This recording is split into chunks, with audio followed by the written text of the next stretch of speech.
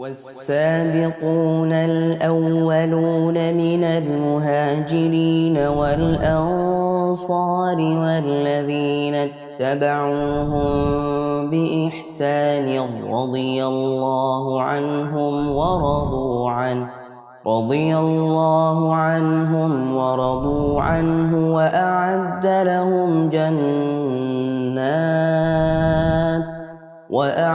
لهم جنات تجري تحتها الأنهار خالدين فيها أبدا ذلك الفوز العظيم.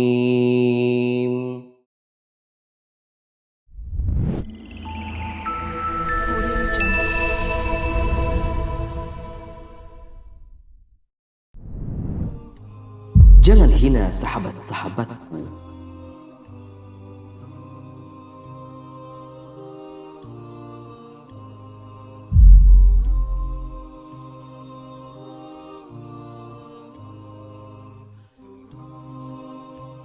Khalid bin Walid merawatnya sebulan penuh untuk menyembuhkan semua luka yang ada pada tubuh Al-Barra, hingga akhirnya ia pun pulih kembali.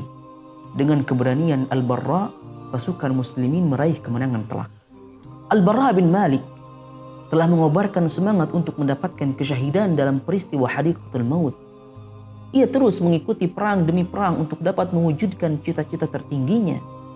Dan karena rindu yang sangat mendalam kepada kekasihnya Rasulullah Sallallahu Alaihi Wasallam, sehingga pada hari penaklukan kota Tustur di negeri Syam, Persia saat itu dibentengi oleh salah satu benteng yang terletak di dataran tinggi.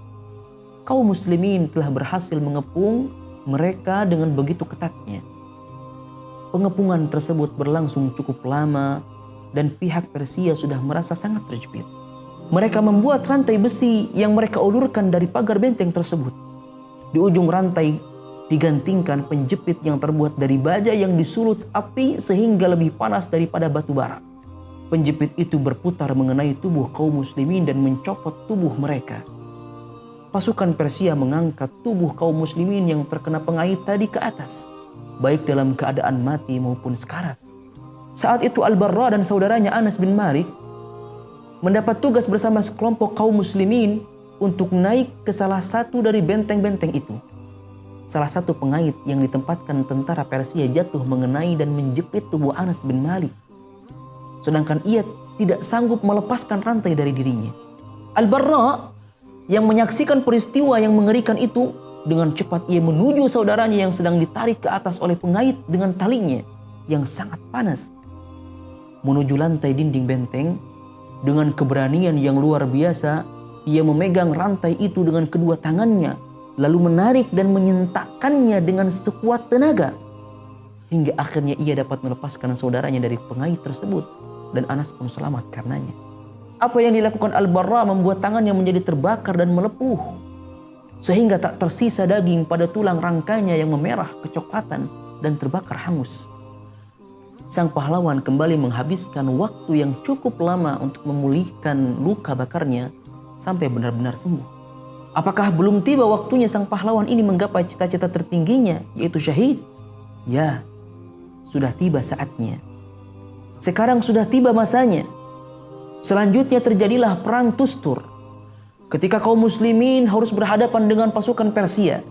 Dan di sini jugalah Al-Barra melangsungkan pestanya yang terbesar. Penduduk Ahwaz dan Persia bersekutu dalam barisan tentara yang sangat besar, hendak menyerang kaum muslimin. Amirul Mukminin Umar bin Khattab radhiyallahu taala anhu menulis surat kepada Sa'ad bin Abi Waqqas di Kufah agar mengirimkan pasukan ke Ahwaz. Surat yang sama kepada Abu Musa al-Ash'ari di Basrah agar mengirimkan pasukan sambil berpesan, angkatlah Suhail bin Adi sebagai komandan pasukan dan hendaklah ia didampingi oleh Al-Barra bin Malik. Pasukan yang datang dari Kufah bertemu dengan pasukan yang datang dari Basrah, menghadapi tentara Persia di Ahwaz dalam sebuah pertempuran yang sangat berbahaya. Di kalangan tentara Islam terdapat dua orang bersaudara yang utama, yaitu Anas bin Malik dan Al-Barra bin Malik. Pertempuran dimulai dengan perang tanding 1 lawan 1. Al-Barra sendiri sampai menjatuhkan 100 penantang dari Persia. Sungguh keberanian dan semangat yang sangat menakjubkan. Kemudian berkecamuklah peperangan dan berjatuhanlah korban dari kedua belah pihak yang tidak sedikit jumlahnya. Dalam peperangan itu Al-Barra mengangkat kedua tangan ke langit dengan merendahkan diri lalu berdoa, "Ya Allah, kalahkanlah mereka dan tolonglah kami dan pertemukan aku dengan hari ini dengan Nabi-Mu." Untayan doa yang hanya bisa keluar dari mulut orang yang memiliki keyakinan dan keberanian serta semangat yang berkobar untuk mendapatkan gelar syahid di jalan Allah Subhanahu wa taala. Al-Barra mengarahkan pandangannya kepada saudaranya Anas bin Malik yang perang berdampingan dengan pandangan yang lama, seolah hendak mengucapkan selamat tinggal. Kaum muslimin menyerbu dengan keberanian yang tidak dikenal dunia saat ini. Mereka akhirnya mendapatkan karunia kemenangan yang nyata. Di tengah-tengah para syuhada di medan pertempuran, terlihatlah Al-Barra bin Malik dengan wajahnya yang dihiasi senyuman manis memancarkan cahaya layaknya cahaya fajar. Tangan kanannya menggenggam segumpal tanah berlumuran darah yang suci. Musafir itu telah sampai ke kampung halamannya.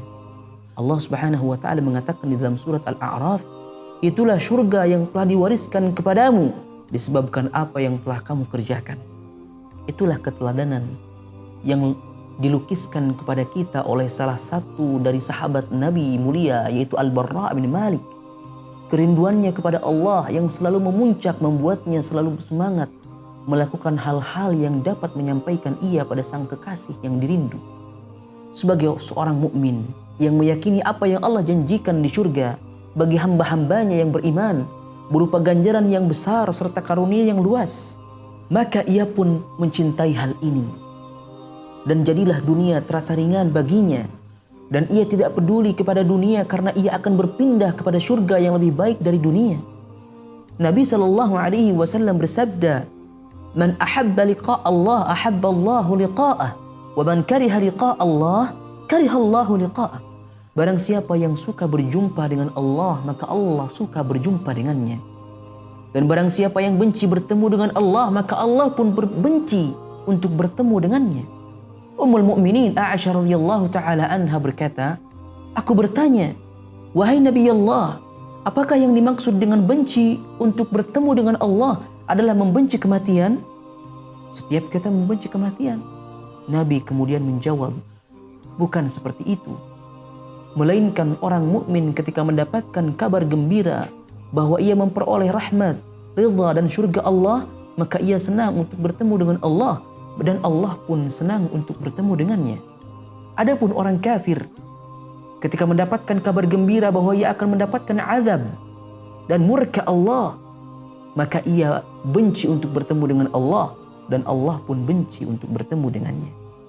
Kerinduan seseorang kepada Allah harus selalu berbanding lurus dengan semangatnya melakukan amalan-amalan positif yang dapat mendekatkan dirinya kepada Allah. Salah satu doa yang hendaknya selalu kita panjatkan kepada Allah dalam munajat-munajat kita adalah doa yang diajarkan oleh manusia paling mulia, yaitu Rasulullah sallallahu alaihi wasallam. Ketika beliau berdoa, "Wa as'aluka ladzatan nazari ila wajhik wasyauqa ila liqa'ik." Dan aku memohon kepadamu kelezatan memandang wajahmu dan kerinduan untuk berjumpa denganmu. Sudahkah kita merindukan perjumpaan dengan Allah? Bertanyalah pada hati kita. Kerinduan tersebut tidak bisa tergugah dalam hati kita tanpa dibarengi dengan menjalankan ketaatan kepadanya dan menjauhi larangannya. Semoga Allah senantiasa menetapkan hati kita, memantapkan langkah kita untuk melakukan amalan-amalan kebaikan, kerja-kerja dakwah sebagai bentuk usaha dan manifestasi kecintaan dan kerinduan kita kepada Allah Subhanahu wa ta'ala.